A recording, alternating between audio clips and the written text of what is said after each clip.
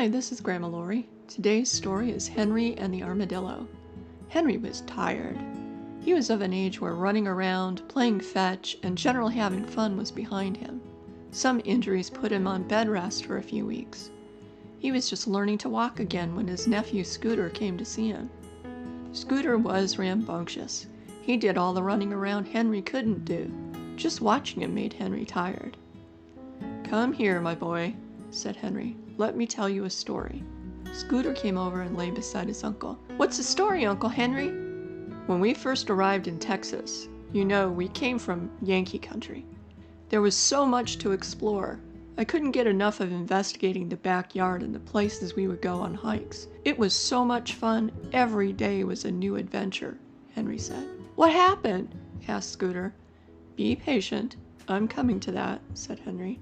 "One evening, Mom and I were walking when I spotted something I'd never seen before. It looked like a monster," Henry continued. "A monster?" cried Scooter, suddenly afraid. "Well, that's what I thought it was. It was low to the ground and had spiky things all over it. I'd never seen anything like it. I started to chase it, but got tangled up in my leash, which got tangled around Mom's legs. When she fell, I forgot all about the monster and went to Mom's side until help could come," said Henry. "What about the monster?" Scooter asked excitedly. "After that day, I was determined to catch that monster. It had hurt Mom after all.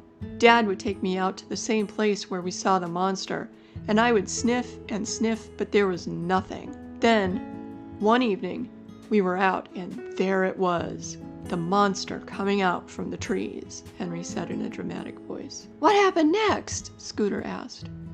"Well, I went to investigate. I needed to see exactly what I was up against. Dad let my leash out a little further so I could go and sniff.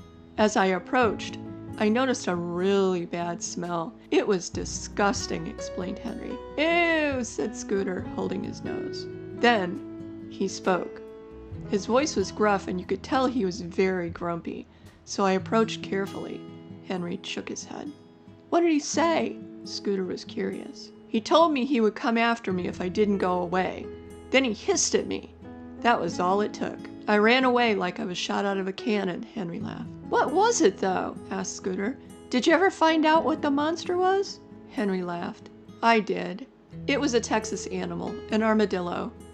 I've learned in the years since that they are grumpy little things. They have so much body armor, it's almost impossible to get hold of them. Now I just leave them be. No sense in overheating myself." "Henry! Scooter! It's time for Scooter to go home," called Mom. As they walked back to the house, Scooter said, "Thanks for the story, Uncle Henry. I've seen tons of armadillos out on our ranch. They sure scared me at first, so I can believe how afraid you were." "My pleasure, little one," said Henry. "Next time, I'll tell you about the fishing hole and the ducks." Scooter and his mom left. As Henry looked out the door, he could see the armadillo looking out from under the trees. Henry just nodded hello and went to his favorite spot on the couch. Having little ones around is sure tiring. This is Grandma Lori. I hope you enjoyed this story. Thank you.